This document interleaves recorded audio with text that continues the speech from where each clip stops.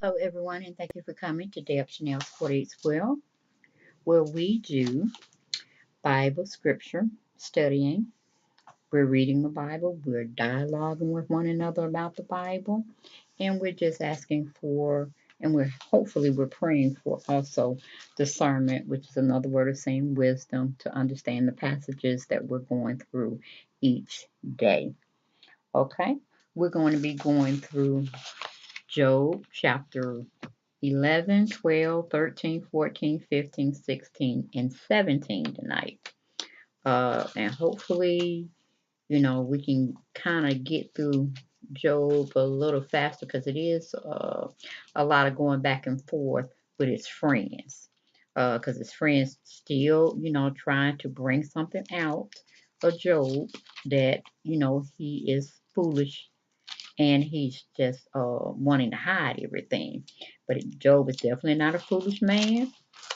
He definitely will be restored in the eyes of anybody who doubted him.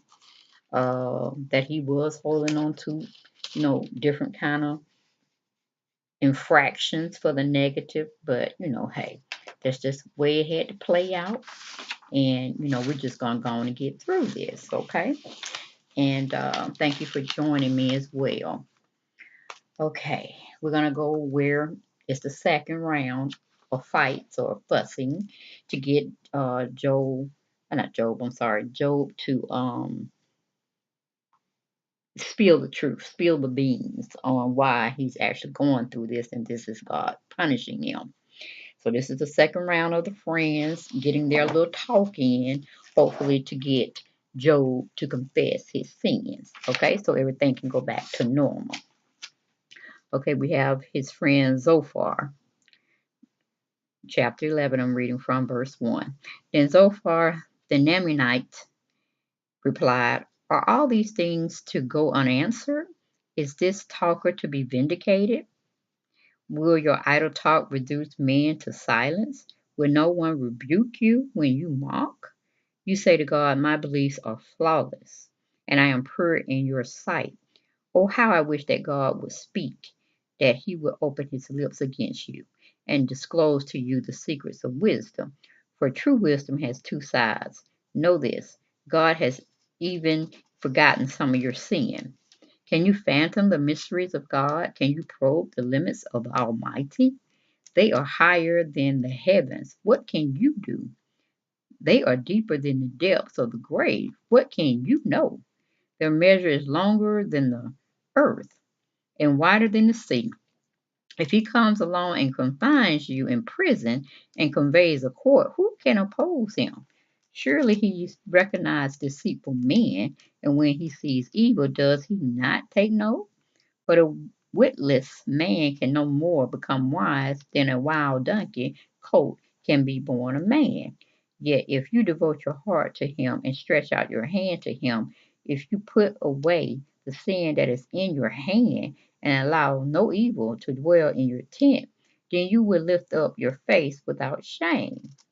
Okay, that's what Zophar said. And this is his friend coming to help him along with the other two, consoling him and hopefully, getting him back on the right path. But it seems like they just sitting there trying to destroy him even more. Okay, go on in chapter 11. You will stand firm and without fear. You will surely forget your trouble, recalling it only as water gone by. Life will be brighter than noonday and darkness will become like morning. You will be secure because there is hope. You will look about you and take your rest in safety. You will lie down with no one to make you afraid, and many will court your favor, but the eyes of the wicked will fail, and escape will elude them. Their hope will become a dying gasp. Okay, then we got Job. Job's replying back to him. That's chapter 12. Doubtless you are the people, and wisdom will die with you. But I have a mind as well as you. I am not inferior to you. Who does not know all these things? I have become a laughing stock to my friends, though I called upon God and he answered. A mere laughing stock, though righteous and blameless. Men at ease have contempt for misfortune, as the fate of those whose feet are slipping. The tents of martyrs moderers are undisturbed, and those who provoke God are secure. Those who carry their God in their hands. But ask the animals, and they will teach you, or the birds of the air, and they will tell you, or speak to the earth, and it will teach you, or let the fish of the sea inform you. Which of all these does not know that the hand of the Lord has done this? See Job preaching them, picking them up, throwing them in the ground, and then uncovering the dirt and burying them again with the word of God. Okay? Oh, and I'm sure the Lord in heaven is just smiling on his great servant Job. You know what I'm saying? That's why it's the book of Job. Everybody need to read it, okay? And take heed. Going on, it says, in his hand is the life of every creature and the breath of all mankind. Does not the ear test words as the tongue tastes food? Is not wisdom found among the age? Does not long life bring understanding? To God belong wisdom and power. Counsel and understanding are his. What he tears down cannot be rebuilt. The man he imprisons cannot be released. If he holds back the waters, there is drought. If he lets them loose, they devastate the land. To him belong strength and victory, but deceived and deceiver are his. He leads counselors away, stripped, and make fools of judges. He takes off the shackles put on by kings and ties a loincloth around their waists. He leads priests away stripped and overthrown men long established. He silenced the lips of trusted advisors and take away the discernment of elders, meaning taking away their wisdom. He pours contempt on nobles and disarms the mighty. He reveals the deep things of darkness and brings deep shadows into light. He makes nations great and destroys them. He enlarges nations and disperses them. He deprives the leader of the earth of their reason. He sends them wandering through a trackless waste. They grope in darkness with no light. He makes them stagger like drunkards. Chapter 13. My eyes have seen all this. My ears have heard and understood. What you know, I also know.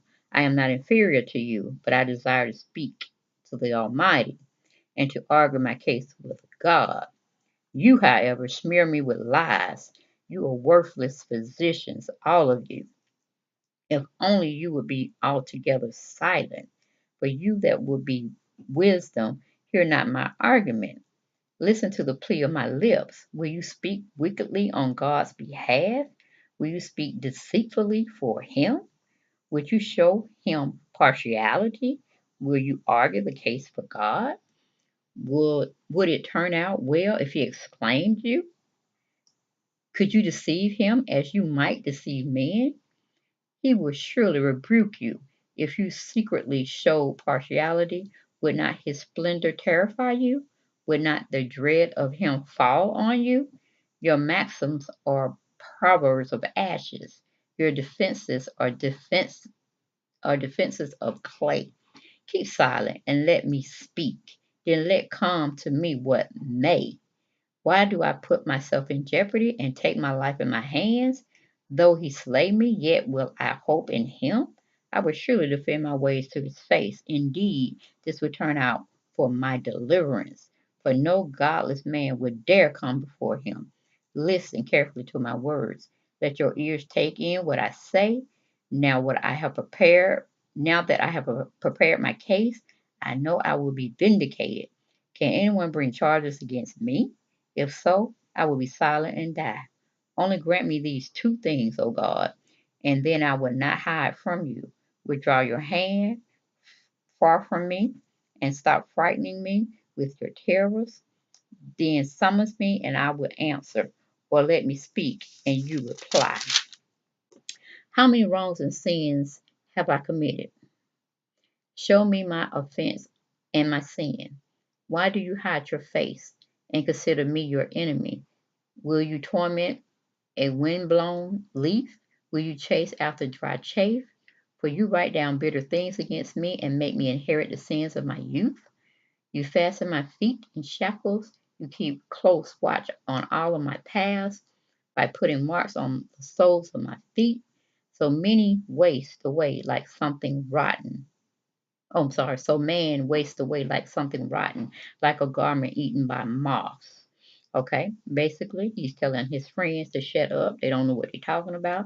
They need to sit down, pray for him, pray for the Lord to answer him. Because right now, he ain't talking to them. He only speaking to and fro with the Lord. Okay, to and fro with the Lord. We're moving on to chapter 14. Man born of woman is a few days and full of trouble. He springs up like a flower and withers away, like a fleeting shadow. He does not endure. Do you fix your eyes on such a one? Will you bring him before you for judgment? Who can bring what is pure from the impure? No one. Man's days are determined. You have decreed the number of his months and have set limits he cannot exceed. So look away from me and let him alone till he has put his time like a hired man. At least there is hope for a tree. If it is cut down, it will sprout again, and its new shoots will not fail. Its roots may grow old in the ground, and its stump die in the soil. Yet at the scent of water, it will bud and put forth shoots like a plant. But man dies and is laid low. He breathes his last and is no more. As water disappears from the sea or riverbed becomes parched and dry, so man lies down and does not rise till the heavens are no more. Men will not awake or be roused from their sleep. If only you would hide me in the grave and conceal me till your anger has passed. If only you would set me a time and then remember me. If a man dies, he will live again. All the days of my hard service, I will wait for my renewal to come. You will call and I will answer you. You will long for the creature your hands have made. Surely then you will count my steps, but not keep tracks of my sins. My offenses will be sealed up in a bag, and you will cover over my sins. But as a mountain erodes and crumbles, and as a rock is moved from its place, as water wears away stone and torrents wash away the soil, so you destroy man's hope. You overpower him once for all, and he is gone. You change his countenance and send him away. If his son, if if his sons are honored, he does not know it. If they are brought low, he does not see it. He feels but the pain of his own body and mourns only for himself. Then we got his other friend gonna come out in chapter 15. Eliphaz, wait a minute, Eliphaz, wait a minute, Eliphaz. We're gonna say Eliphaz, Eliphazad, or we're gonna say spell Eliphaz. Okay, then Eliphaz, the Terminite or Tamanite, replied, "Would a wise man answer with empty notions, or fill his belly with the hot east wind?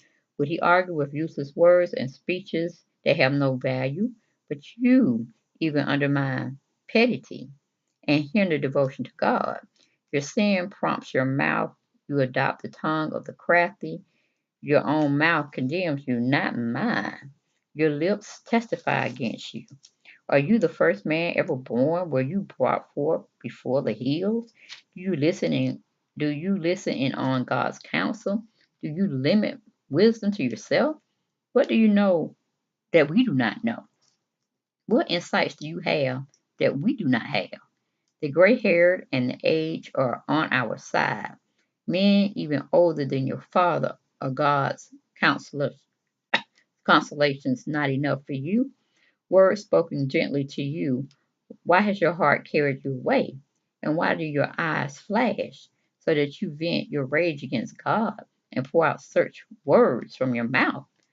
What is man that he could be pure, or one born of woman that he could be righteous?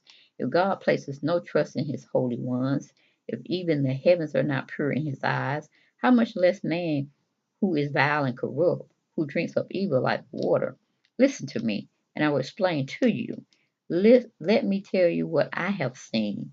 what wise men have declared, hiding nothing received from their fathers, to whom alone the land was given when no alien passed among them, and all his days the wicked man suffers torment. Now again, this is one of his trusted friends trying to tell him something about the Lord's purpose and how he is conducting himself with punishing poor Job over there. Okay? Shame, shame and a scandal. Just a shame and a scandal. Okay. The ruthless through all the years stored up for him. Terrifying sounds filled his ears. When all seems well, martyrs attack him. He despairs of escaping the darkness. He is marked for the sword. He wanders about food for the vultures. He knows the day of darkness is at hand. Distress and anguish fill him with terror. They overwhelm him like a king poised to attack because he shakes his fist at God and vaunts himself against the Almighty, defiantly charging against him with a thick, strong shield, though his face is covered with fat and his waist bulges with flesh. He will inhabit ruined towns and houses where no one lives, houses crumbled to rubble. He will no longer be rich, and his wealth will not endure, nor will his possessions spread over the land. He will not escape the darkness. A flame will wither his shoots, and the breath of God's mouth will carry him away. Let him not deceive himself by trusting what is worthless, for he will get nothing in return. Before this time, he will be paid in full, and his branches will not flourish. He will be like a vine stripped of its unripe grapes, like an olive tree shedding its blossoms. For the company of the godless will be barren, and fire will consume the tents of those who love bribes. They conceive trouble and give birth to evil. Their wombs fashion deceit. Okay, basically, he's still saying Job got something to hide. Go on and spill it. And if you don't spill it, then I'm happy. God gonna take you away. He gonna do, what he will with you, and we ain't gonna hear from you no more. Okay? Job said, okay. I got something for you again. Okay? Job replied, chapter 16. I have heard many things like these. Miserable comforters are you all. He just called them miserable. They are not comforting him at all, and he is letting them know that. Okay? Will your long-winded speeches never end? Okay? Job done told them to shut up and let him pray to the Lord for himself. He didn't want them saying anything. He didn't want them counsel for him because they only speak wickedness and want to see him fail, fall, and die. That's basically what his three friends have come to do to him. Okay? What ails you that you keep on arguing? I also could speak like you. If you were in my place, I could make fine speeches against you and shake my head at you. But my mouth will encourage you. Comfort from my lips will bring you relief. Yet if I speak, my pain is not relieved. And if I refrain, it does not go away. Surely, Lord God, you have worn me out. You have devastated my entire household. You have bound me, and it has become a witness. My godness rises up and testifies against me. God assails me and tears me in his anger and garnishes his teeth at me. My opponent fastens on me his piercing eyes. Men open their mouths to jeer at me.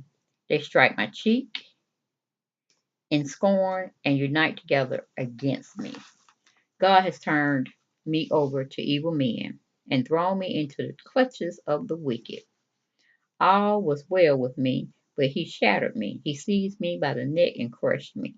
He has made me his target. His archers surrounded me. Without pity, he pierces my kidneys and spills my gall on the ground. Again and again, he bursts upon me. He rushes at me like a warrior. I have sewed sackcloth over my skin. I buried my brow in the dust. My face is red with weeping. Deep shadow rings my eyes, yet my hands have been free of violence, and my prayer is pure. O earth, do not cover my blood. May my cry never be laid to rest. Even now my witness is in heaven. My advocate is on high.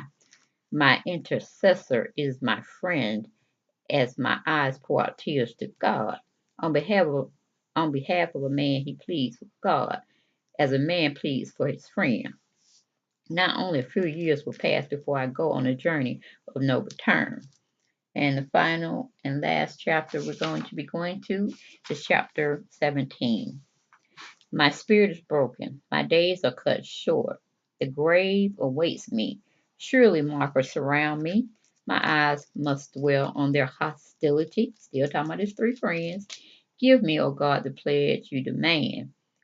Who else will put up security for me? You have closed their minds to understanding. Therefore, you will not let them triumph. If a man denounces his friends for reward, the eyes of his children will fail. God has made me a byword to everyone, a man in whose face people spit. My eyes have grown dim with grief. My whole frame is but a shadow. Upright men are appalled at this. The innocent are aroused against the ungodly. Nevertheless, the righteous will hold to their ways, and those who with clean hands will grow stronger. But come on, all of you, try again. I will not find a wise man among you. My days have passed, my plans are shattered, and so are the desires of my heart. These men turn night into day. In the face of darkness, they say, life is near. Light is near. If the only home I hope for is grave. If I spread out my bed in darkness, if I say to corruption, you are my father, and to the worm, my mother or my sister, where then is my hope? Who can see any hope for me? Will it go down to the gates of death? Will we descend together into dust? Okay, and that's it for um, studying the Bible, the book on Job, chapter 11, 12, 13, 14, 15, 16, and 17. Tomorrow we will go over again the third round of his friends trying to make him uh, say something about his living for the Lord. They want to make him feel like he's, you know, not superior. They're superior, and they're telling him what he needs to do instead of consulting for wisdom, discernment with the Heavenly Father to pray, to intercede in a sense, which is the Holy Spirit's job. But to, all three of them, they need to be sitting there praying and listening to him. Once he finished praying, they pray for him again too. Let the Lord know this. Can we get some reprieve here for old Job? Because Job ain't did nothing to nobody. He is sinless. I mean, he is yeah, that's right, sinless. He ain't did nothing wrong to nobody. He pray every day. He sacrifices good things to the Lord for the Lord to smell and be well pleased with. He gives up his offerings. And he's never talked bad about people. Even when he's trying to get his three friends together, he still is serving and telling and talking, speaking in the godly realm. You know what I'm saying? So he's just really mad at his friends, and he thinks Satan done got a hold of all three of them and trying to misuse uh, everything that he's done, trying to turn it towards evil when it ain't been nothing but good and holy and wholesome.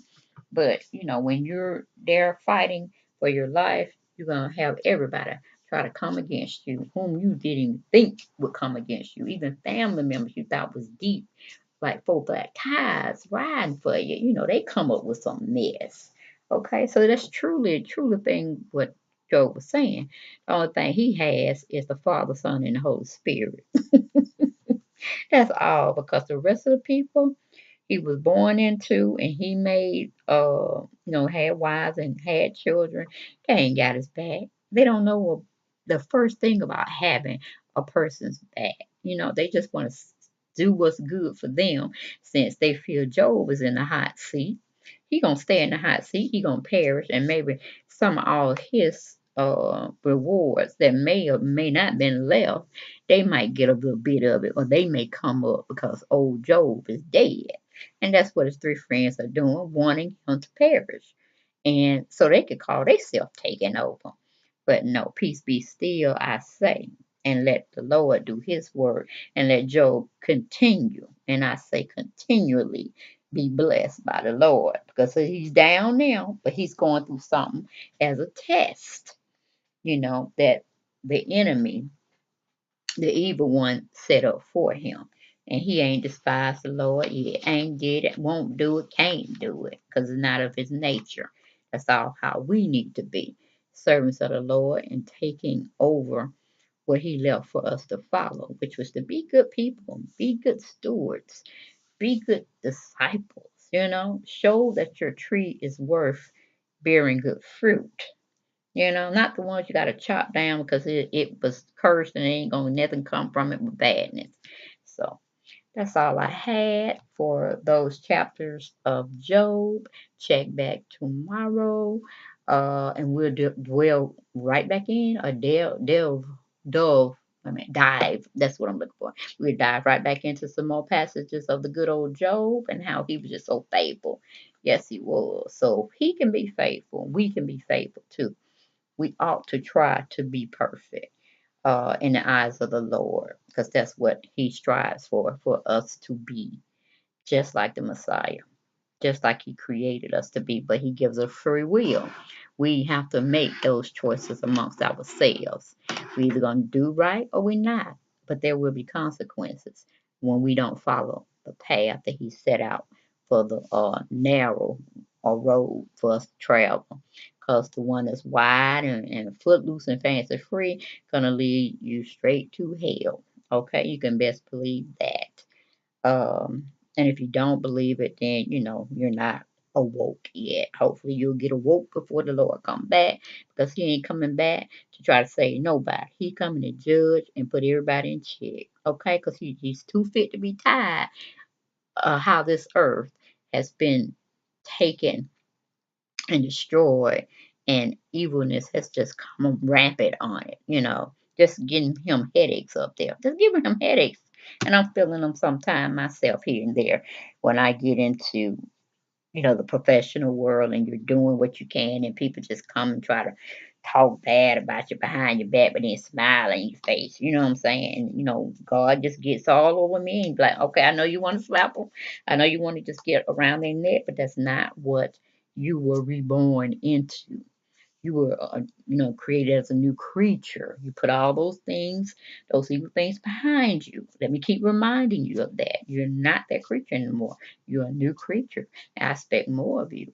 And that's what I have to do when I feel like, going to the left. When I know I should stay on the right hand side, I should stay to the right, because I want the Lord to say, well done, my good and faithful servant. Please pass to the right. You know what I'm saying? That's what I'm trying to go with, y'all. Now, y'all trying to go that way as well. Okay, I want to be among the sheep and the lamb, not the goats and any other foul creature. I don't want to go to the left. So, again, thank you for joining me. Hopefully, I bring some um, clarity when I'm doing Bible study, because it's not of my will. It's what the Lord wants me to reach out and tell believers. Or if you're not a believer, hey, get saved. Believe in the Trinity, Father, Son, and Holy Spirit. You know, People say there's no God. They'll say this, that, everything for the negative, because that's the kind of world we're living in. But if you don't believe in something, you're going to fall for anything. You can trust and believe in that.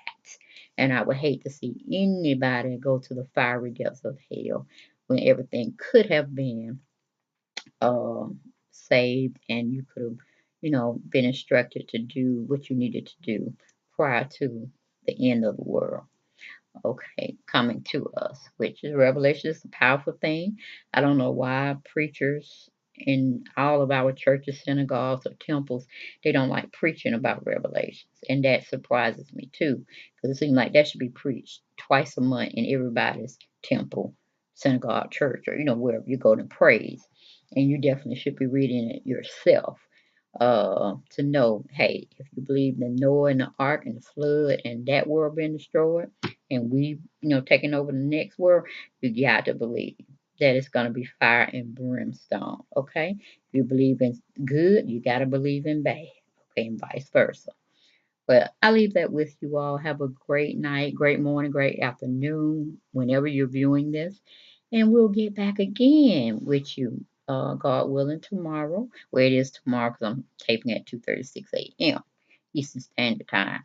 But, when I get home from work, we'll dive right back on into this and pick up um, on Job 18, chapter 18, and we'll see how far we can go there. But we covered a lot tonight in the morning time, wee hours. Hope you enjoyed it. It does not come from me, it comes from the Lord. So do not give me praise. When you're reading stuff, I'm connecting with you on that spiritual level. No, it's the Lord flowing through me. I take no credit for myself because I be so interested in, in learning stuff in the Bible because it comes to me so new. But like I said, with each year of diving into the book of the Bible, and you should grow and have maturity with each year, learning something new at the stage that you're in at that time. Okay, but peace and blessings to you all. Continue to pray for one another. Pray for me. Um, Pray for anybody that you know that's out there sick or not doing so well, because we want them to know that God exists, the Lord exists, Yahweh, Yeshua. Uh, Whomever, however you say it in your language or your religion. He's a good blessing for everybody if we just know how to tap into the spirit. Okay? But y'all have a great night and I'll talk to you soon. Thank you and good night.